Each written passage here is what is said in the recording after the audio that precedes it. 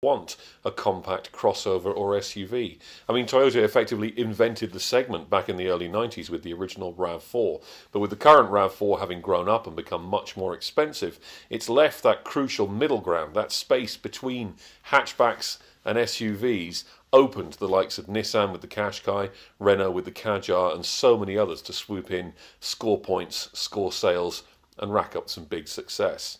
Well, Toyota's making up for lost time now because this is the new CHR. This does slot between the Auris and the RAV4 in terms of size, in terms of price. And it is also a critical car for Toyota.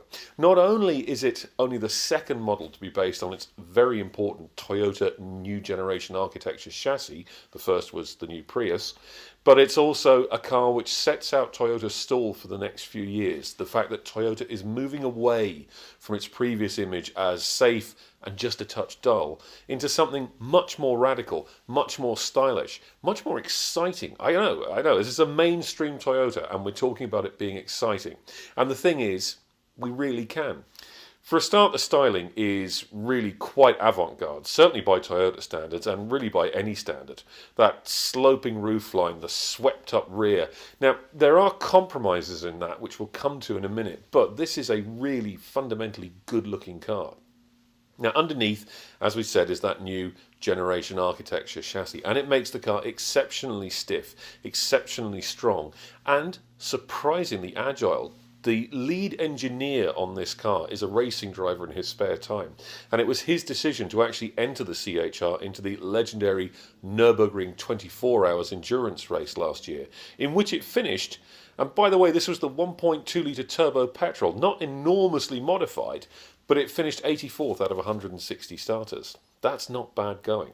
Now, this isn't the 1.2. This is the one we're driving here is the hybrid, and it uses the same 1.8 litre petrol engine and battery and electric motor as you'll find in the new Prius. And it claims to be able to do 70-odd miles to the gallon. Now, to be honest, I think it's going to struggle to do that, but you should be able to get 50, maybe even 60 out of it pretty easily.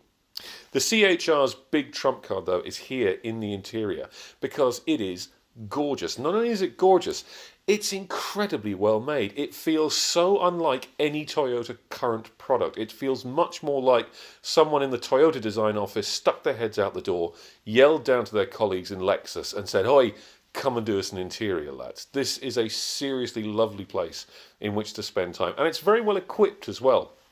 Even the basic €26,895 model comes with this big 8-inch central touchscreen, which works. It doesn't have Apple CarPlay and it doesn't have Android Auto. It does work very well with your smartphone, it has to be said. But again, it's that sense of quality, that lovely touchy-feely sensations that you get all around the cabin. Great seats, beautiful use of materials, these diamond-cut designs where even the buttons and the cutouts in the roof and the lights and the door panels are all shaped to look like diamond facets, which is what Toyota have done to the exterior. But here's where you'll find the compromise. It's a 377 litre boot, only about the same as that of an Auris. And while Toyota says that space in the rear seats is the same as you'd get in a Qashqai or a Kadjar, it doesn't feel it. Headroom is quite tight, although as a 6-footer I can fit back there. But the problem is the way the side glass sweeps up just takes away the light and the sense of airiness and spaciousness. Frankly, the kids probably aren't going to like it very much back there.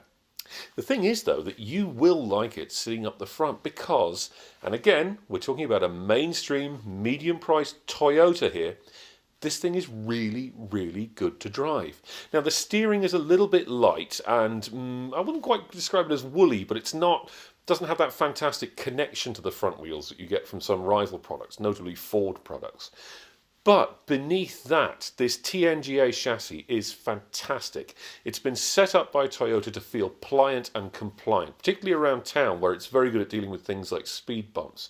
And although that allows a certain amount of body roll on the open road, the way this car stitches together a series of corners is really quite something. Now, the 1.2 turbo petrol is probably, in fact definitely, the better all-round model than the hybrid, because the extra 60 kilos of the hybrid system really makes a noticeable difference in terms of ride quality and in terms of overall chassis deportment. If you really, really do enjoy your driving and you want a Toyota CHR, make sure you get the 1.2 petrol. It has just about enough power and torque to make itself useful. If you live in town and if fuel economy is really your thing, or if low emissions are really your thing, then fair enough. do look at the hybrid. It suffers from the same old CVT issue that all Toyota hybrids have, where it lets the engine rev too long and too high and too noisily for too much of the time. But if you drive it in the way it needs to be driven, you can potentially get some extremely good economy out of it. And around town with the automatic transmission, it's very relaxing and very pleasant to get about in. Toyota, I think, may be in danger of scaring off some of their older, more traditional customers with